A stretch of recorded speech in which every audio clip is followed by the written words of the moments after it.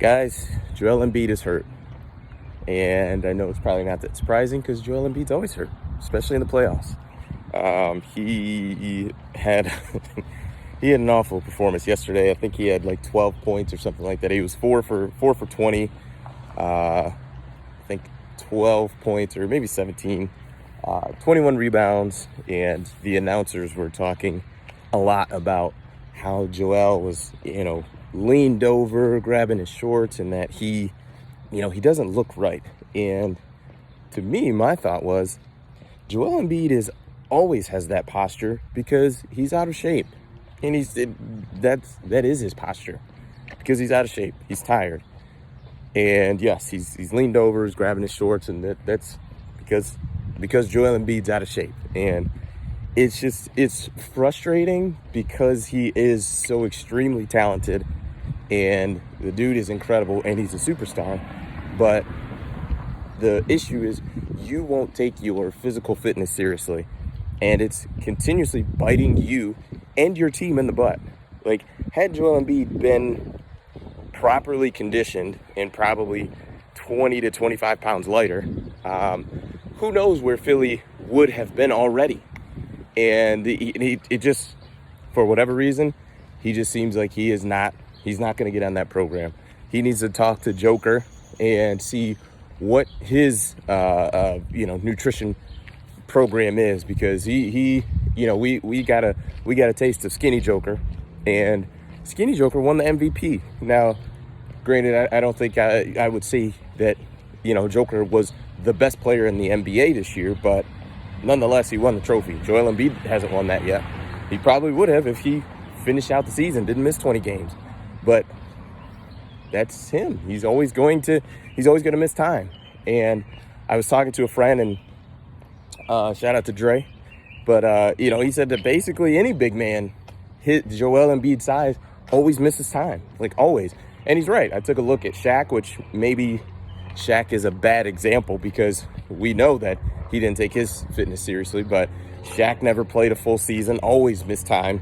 Joel missed plenty of time. He's got the back, he's got the knee, he's got, all types of issues, but it just, I don't get it. Really, I guess Joker's going to be probably one of the first big men who does not miss any time.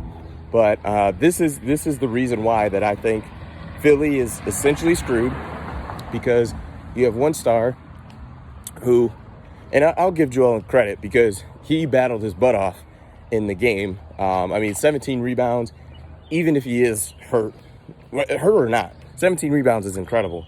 So the fact that he still went out there, battled it out, he had an abysmal fourth quarter, 0 for 12. But what would have been nice is that other guy that everybody keeps telling me is a superstar, Ben Simmons, would have showed up or just done anything in that game. 10 shots, he was 5 for 10 and scored like 10 or 11 points. I mean, Philly is screwed because you've got one superstar who doesn't take his physical fitness seriously and ends up putting himself in bad spots with, being hurt and things like that. And then you got the other one who just refuses to shoot the ball. He refuses. 5 for 10 in a playoff game that would put you in such a good spot. Like, if Philly wins last night, they are 3-1 in the series, and they're going home to be able to possibly close out Atlanta. And instead, in a game that, with Ben Simmons even playing as poorly as he did, Philly still should have won that game. Like, Philly gave that one away. Nonetheless, you've got Ben Simmons who just offensively just doesn't have it. Watching him at the free throw line, and maybe I'm overanalyzing because I know he's a bad free throw shooter, but to me, he looks nervous. Like, it's not the cool, calm, collected Ben Simmons that, we're used to seeing. And it's just, Philly's going to have to do something. I just don't think you can win a championship with these two guys because as talented as they are, they have their deficiencies. And for each one of them, they're major. Like, Joel Embiid's health is a major flaw. Major. Ben Simmons not being able to shoot an elbow jumper is a major flaw. Not shooting free throws is a major flaw. Like you gotta blow it up.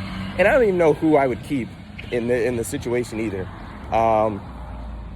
Maybe Ben Simmons because I don't know. I would probably, if I were the GM, I mean, I probably would end up getting fired, but I would get rid of both of them because I can't live with this. I can't do this. I'd trade Ben Simmons for like Dame Lillard or something and try to trade, Embiid for some other, or maybe I'd just trade Ben Simmons and keep Embiid, but good Lord, like we need to get him on some kind of low carb diet or something. Like he's just got to stop eating cheeseburgers. Like, bro, you have to stop eating like that because you're putting your career in jeopardy.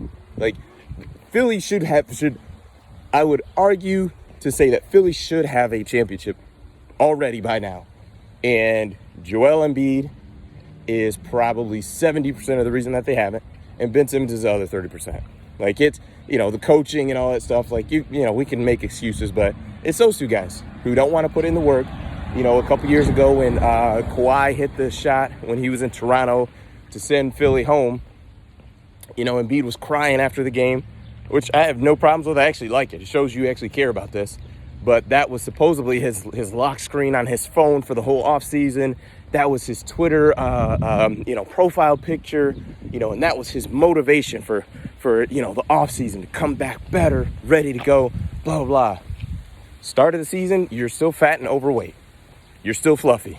Like nothing changed. And it's so frustrating because of how talented both of those guys are, but specifically Embiid. I mean, the dude is a monster. He can go out for 42, 15, and 5 in a game, without blinking, but you can't, eat a salad instead of a cheeseburger for the off season. I don't get it, but we'll see what happens. I think Philly is the better team, but with Embiid being, nicked up and banged up, we'll see what happens. They could easily go home. But we'll see what happens. I'm not quite sure. I think that, I don't know.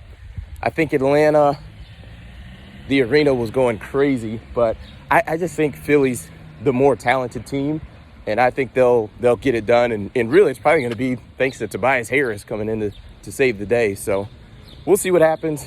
But appreciate you listening. Hit the like and subscribe button since you're here, and drop a comment as well. But I appreciate it. Peace.